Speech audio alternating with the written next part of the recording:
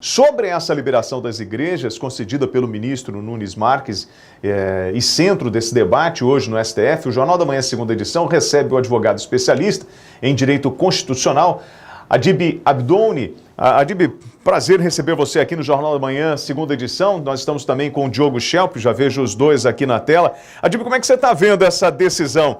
Quem ganha esse cabo de guerra? Bom dia, William. Bom dia também aos ouvintes e ao comentarista. Eu quero aí dizer que nós temos aí diversas vertentes. Nós temos uma vertente primeira política e a outra jurídica e ainda social. Nós temos três, na realidade. E quando eu vejo da parte do aspecto jurídico, como bem foi ainda explicitado aí pelo nosso comentarista, a decisão monocrática do ministro Cássio Nunes, ele decidiu como garantir a inviolabilidade da liberdade de consciência e de crença, com o fim de assegurar o livre exercício do culto religioso. Acontece que nós estamos aí numa grande celeuma jurídica, nós estamos falando aí sobre o direito à vida, né? O direito ao artigo 196 da Constituição Federal, o direito à saúde da coletividade.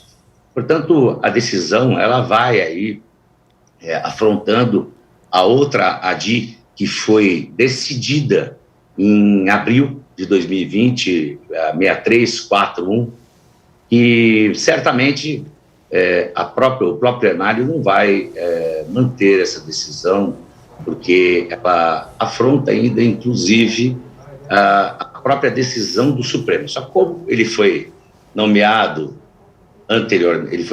posteriormente a esta decisão, então ele tem um entendimento de que o culto religioso deve ter 25%, mas da mesma forma ainda falamos aí que está afrontando uma decisão já colegiada do próprio Supremo. Diogo, e no meio dessa disputa, a gente sabe que a bancada evangélica hoje é uma bancada muito forte, né? E eles têm um poder de negociação grande em Brasília, e vem aumentando. Agora, a gente também observa que no meio disso tudo, não tem como a gente não trazer para esse debate da liberação das igrejas, sem falar nas dívidas que as igrejas têm em tributos, quase de 2 bilhões de reais, certo?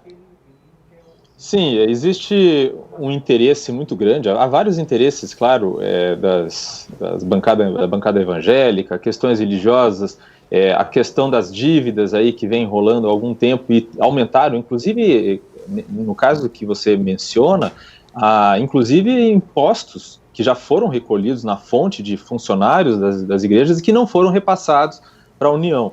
Então, tudo isso está no jogo, a bancada é uma bancada de apoio ao presidente Jair Bolsonaro. Agora, na questão da saúde pública, a questão sanitária, o que eu vi também, muitos relatos no fim de semana, de mesmo com essa decisão do Nunes Marques, de pastores ou padres decidindo não abrir seus templos para cultos presenciais, com o entendimento de que, em primeiro lugar, viria a questão da vida, né? A defesa da vida das pessoas, dos fiéis. E esse entendimento de que a suspensão das missas, dos cultos presenciais, fere a liberdade religiosa, só pode ser entendido como uma demagogia do ministro Cássio Nunes Marques. Por quê? Porque essas decisões sanitárias não são específicas, não se restringem aos cultos religiosos, né? Você vê aí outras atividades sociais, inúmeras outras atividades sociais que foram suspensas pelo mesmo motivo, ou seja, para evitar as aglomerações. Então não é algo dirigido contra a prática religiosa, por isso não pode ser entendido como algo que fere a liberdade religiosa e também porque é algo temporário, quer dizer, os brasileiros continuam podendo professar suas religiões livremente. Sim, Adib, eu não posso usar como justificativa, por exemplo, o transporte público, porque aí eu estou confundindo o que é de direito de um, direito do outro, ou função de um, função de outro. Mas o que a gente percebe na pandemia é que todo mundo está tomando decisão.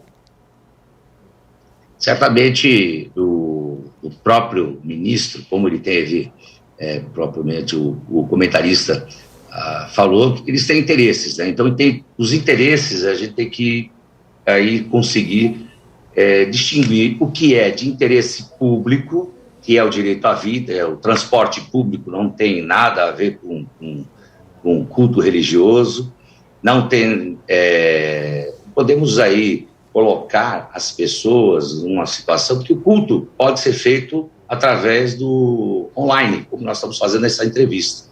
Pode ser feito aí pelos aplicativos, pode ser feito através de outras formas para se professar o culto religioso e não há necessidade do presencial.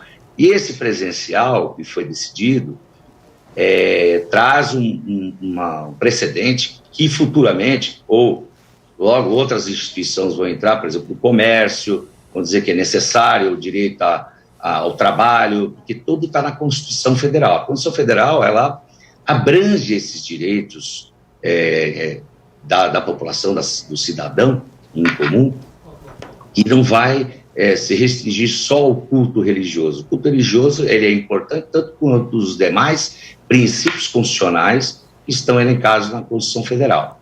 Então, entendo que há uma divergência muito grande, ela tem aí um caráter político mais do que jurídico, ela não tem nada com uma parte jurídica que atinja realmente ou viole o direito à crença. Agora, Diogo Schelp, com um número de 331 mil pessoas mortas, esse número já não é necessário para a gente adotar uma postura de ter uma única bandeira e parar com disputas políticas? Esse número, quer dizer, essa atitude que você descreve, William, já deveria ter sido adotado muito antes de chegarmos ao número de mais de 300 mil mortos, né? Essa é uma atitude que se esperava desde o princípio. Há uma grande discussão, e o debate é basicamente político mesmo, tornou-se político, em torno justamente dessa decisão que a gente está falando aqui de abril do ano passado, né, quando o STF decidiu que União, Estados e municípios tinham competências concorrentes na adoção de medidas contra a Covid-19. Isso significa que os entes federativos, isso inclui a União, têm responsabilidades, né, e podem adotar medidas sem que um impeça o outro de fazê-lo. Então, por exemplo, isso foi muito importante para evitar que o governo federal impedisse estados e municípios de adotar certas medidas, né?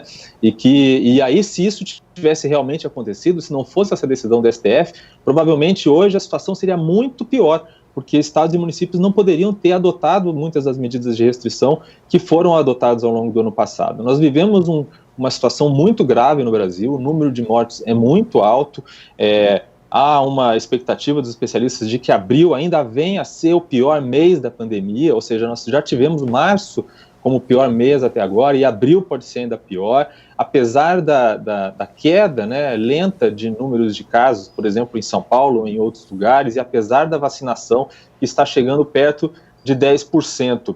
Há uma outra questão jurídica aí envolvendo essa decisão do Nunes Marques, que é a legitimidade da organização que entrou com a ação para impedir, né, a suspensão dos cultos, que é a ANAJURE, Associação Nacional de Juristas Evangélicos. O Nunes Marques, ele contrariou uma própria decisão dele mesmo, em fevereiro, quando o STF já tinha decidido por arquivar uma ação da ANAJURE, dessa associação, dizendo que essa associação não tinha legitimidade para acionar o STF. E o Nunes Marques, naquela ocasião, votou junto, né, acompanhou o voto dos outros ministros, e agora ele assume essa decisão, quer dizer, ele assume como legítima essa associação para fazer esse tipo de pleito junto ao STF, quer dizer, uma contradição atrás da outra. Diogo, você falou sobre a projeção do número de mortes, inclusive uma projeção feita pela Universidade de Washington, nos Estados Unidos, fala que só no mês de abril nós podemos esperar, se tudo continuar do jeito que está, em torno de 100 mil mortos. E até 1º de julho, nós estamos falando de uma possibilidade de 562 mil pessoas mortas em função da pandemia aqui no Brasil. São números alarmantes.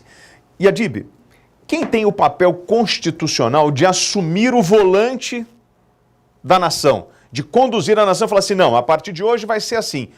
Quem é o responsável legal por isso? Quem tem que assumir as rédeas e pegar, olha, a Constituição é essa e nós vamos respeitar e esquece a decisão isolada?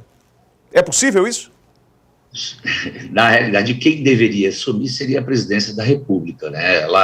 Ela alinhar com os seus estados e todos os estados e municípios e falar uma linha só de raciocínio, esquecer a política e trabalhar em favor da população, em favor da saúde pública e coletiva. E nós temos aí um grande aspecto aí que você passou com relação à quantidade de pessoas que poderão ser atingidas e ainda pelo número, e ela está vindo ainda bem forte, essa doença, ela está contaminando com maior facilidade. Então, é necessário aí um trabalho político, né? O presidente da República, alinhado aí ao seu Ministério da Saúde e os seus respectivos estados, trabalhar em favor da nação e trazer aí a melhor solução científica da saúde pública e trazer para que todas as pessoas possam aí se garantir e ter aí um conforto e que sabendo que essa doença, essa infecção, ela pode diminuir ou até mesmo reduzir depois mesmo das vacinas, ou ainda não está nada comprovado, mas estamos aí tentando colocar, e a pessoa que está dentro do governo, que foi eleita legitimamente pelo povo, ela tem o dever de zelar pela saúde pública e pela coletividade. Diogo Schelp, como fazer isso no momento de uma disputa, uma pré-disputa presidencial para 2022, com tantas lideranças buscando o poder?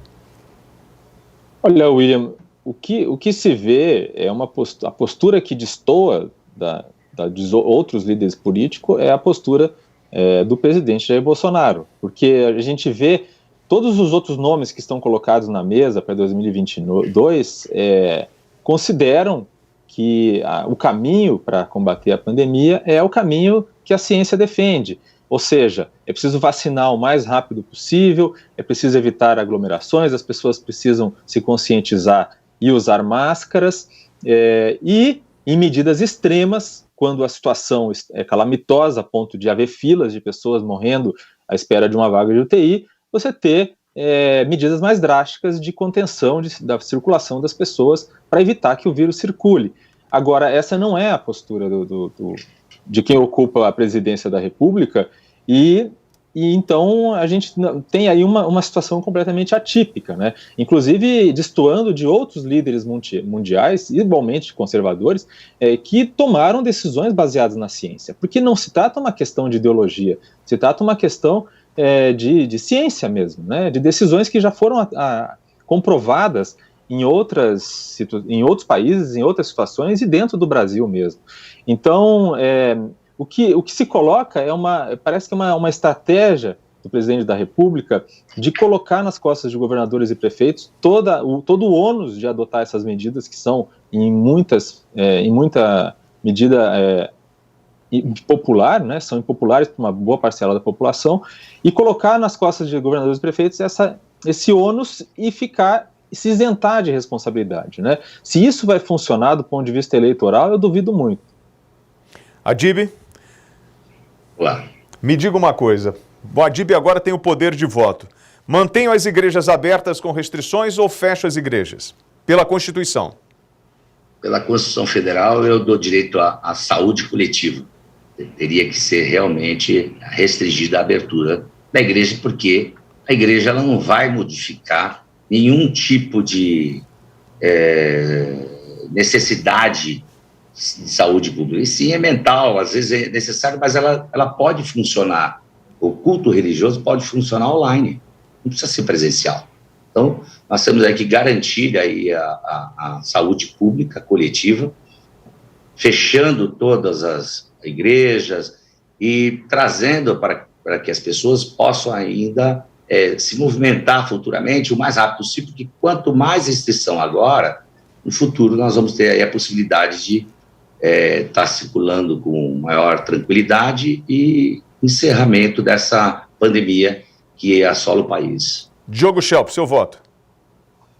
O voto seria por manter o direito de estados e municípios de suspender cultos religiosos e outras atividades que podem provocar aglomerações e, portanto, favorecem a circulação do vírus. Diogo Schelp, obrigado pela participação no Jornal da Manhã, segunda edição. Queria agradecer também ao advogado especialista em direito constitucional, Adib Abdoni. Obrigado pela participação dos dois. Tenham uma ótima semana. Até mais. Obrigado.